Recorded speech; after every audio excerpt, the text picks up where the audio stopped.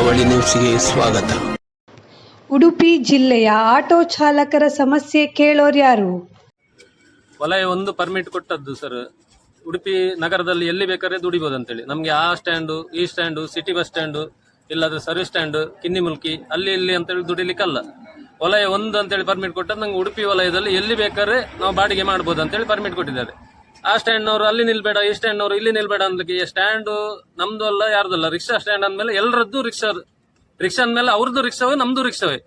ಆ ಸ್ಟ್ಯಾಂಡ್ ಅಲ್ಲಿ ನಿಲ್ಬೇಡ, ಈ ಸ್ಟ್ಯಾಂಡ್ ಅಲ್ಲಿ ನಿಲ್ಬೇಡ ಅಂತೇಳಿ ನಮ್ಗೆ ಪರ್ಮಿಟ್ ಕೊಡ್ಲಿಲ್ಲ.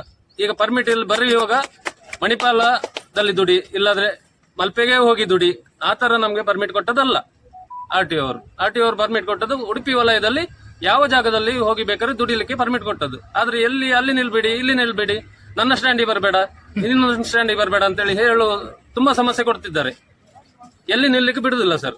ಅದನ್ನೊಂದು ನಮ್ಗೆ ಸಮಸ್ಯೆಯನ್ನು ಪರಿಹಾರ ಮಾಡಿ ಕೊಡಬೇಕು. ಈಗ ಉಡುಪಿಯಲ್ಲಿ ಈಗಾಗಲೇ ಪ್ರಾದೇಶಿಕ ಸಾರಿಗೆ ಅಧಿಕಾರಿ, ಸಾರಿಗೆ ಇಲಾಖೆ ವಲಯ 1, ವಲಯ 2 ಮಾಡಿದ್ದಾರೆ. ವಲಯ 1ಲ್ಲಿ ಯಾರು ಬೇಕಾದ್ರೆ ಇಲ್ಲಿ ದುಡಿಬಹುದು ಅಂತ ಆದೇಶನಿದೆ.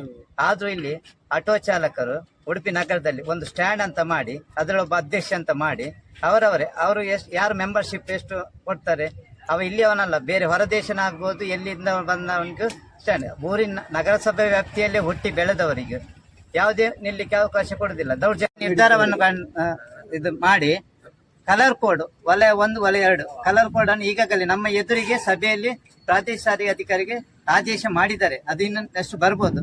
ಆದ್ರೆ ಇದು ಇಷ್ಟು ಆದ್ರೂ ಇಲ್ಲಿ ಎಲ್ಲ ಒಪ್ಪಿಕೊಂಡು ಹೋಗಿದ್ದಾರೆ. ಹೋಗಿದ್ಮೇಲೆ ತಕ್ಷಣ ನಗರದಲ್ಲಿ ಕೆಲವೊಂದು ರಿಕ್ಷಾ ಚಾಲಕರು 2ನೇ ಕ್ಯೂಯಲ್ಲಿ ಗಾಡಿ ಇಲ್ಲದಾಗ ರಿಕ್ಷಾ ಇಟ್ಟ ಮೇಲೆ ಉಡುಪಿಯವರೇ ಸ್ಟ್ಯಾಂಡ್ ಇಲ್ಲ.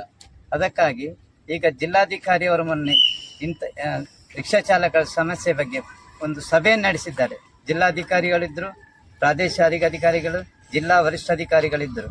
ಆದ್ರೂ ಎಲ್ಲರ ಒಮ್ಮತ ನಿರ್ಧಾರಕ್ಕೆ ಬಂದಿರುತ್ತಾರೆ.